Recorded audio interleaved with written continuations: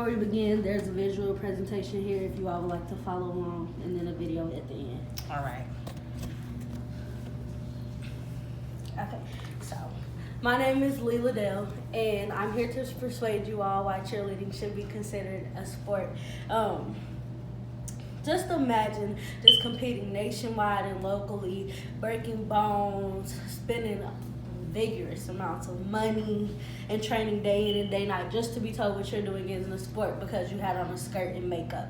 It's just unfair, right? Right. So cheerleaders often have to listen to misogynist views and just disrespectful statements about what they do because people don't agree that what they do is considered a sport when they compare it to things such as football and basketball. Since 1898, cheerleaders have sacrificed emotional and physical health just to be able to do what they love, and they have got no recognition for it whatsoever. And when you compare that to other sports such as maybe tennis or golf that require very little, not very little because those sports are very enduring as well, but less endurance than cheerleading does, is just unfair. So to begin, I will tell you a few factors to considering when opinionating whether you believe cheerleading should be considered a sport or not. First, some might argue that cheerleading is not a sport because they get hurt from doing just flips and tumbles and things like that. But I can assure you that many of the injuries that cheerleaders succumb to are more than just superficial cuts and bruises. The definition of a catastrophic injury can be defined as severe injury to the spine, the neck, or the brain. It might also include your skull or spinal fractures. And according to EPAIN, it says studies show that 2/3 of all catastrophic injuries come from cheerleaders. So as you know, that's a very significant amount. And in fact, when you Google the phrase catastrophic injury, there's literally the definition and then a picture of cheerleaders right there next to it. So that tells you something right there. Also, like any other sport, cheerleading is very physically demanding and requires extensive amounts of training.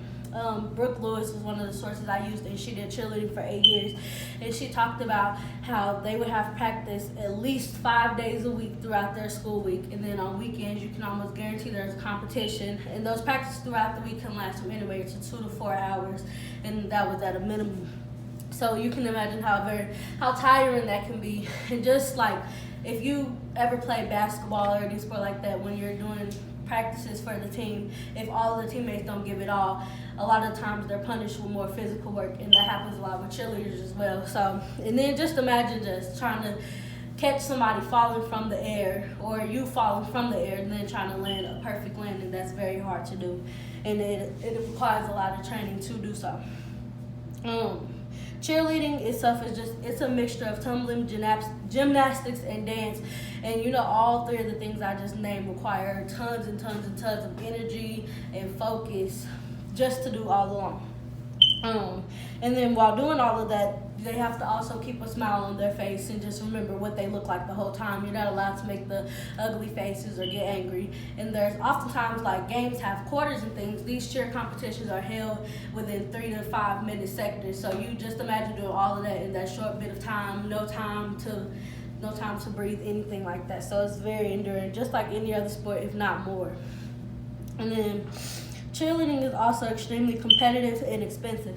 A lot of people, when they think cheerleaders, they think about the girls that just shake their pom-poms on the sidelines at football and basketball games, but that's very wrong. There are nationwide competitions that can sometimes hold hundreds and thousands of teams that come there to compete, all for number one.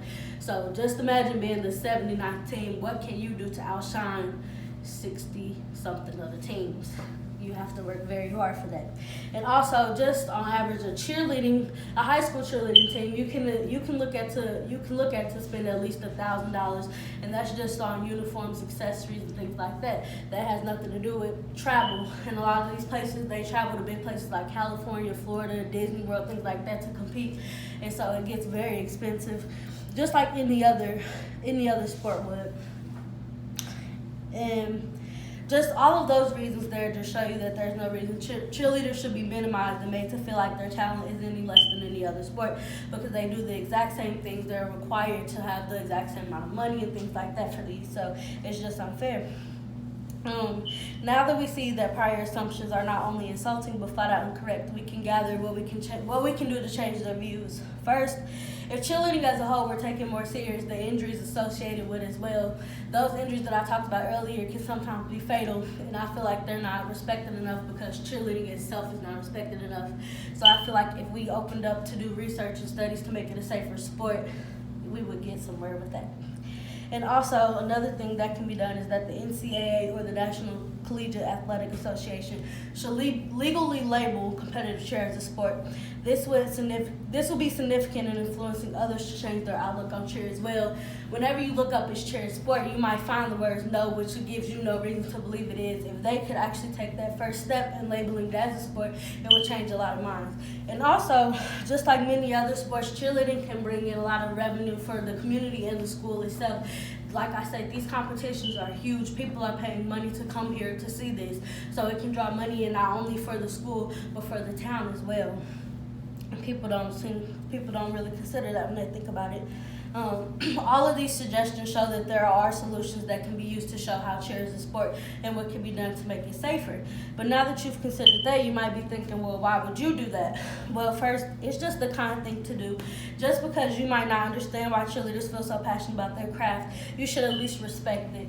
A cheerleader could easily argue that their sport is the hardest sport without minimizing another sport or saying that it's not a sport because they do more than them. That would be very insulting to walk up to a football player after he's won his game like, well, that was nothing, this isn't even a sport, you just wouldn't do it.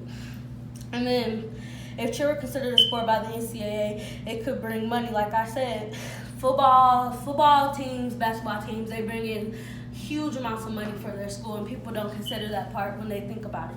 Just for that reason alone, you should consider cheer a sport.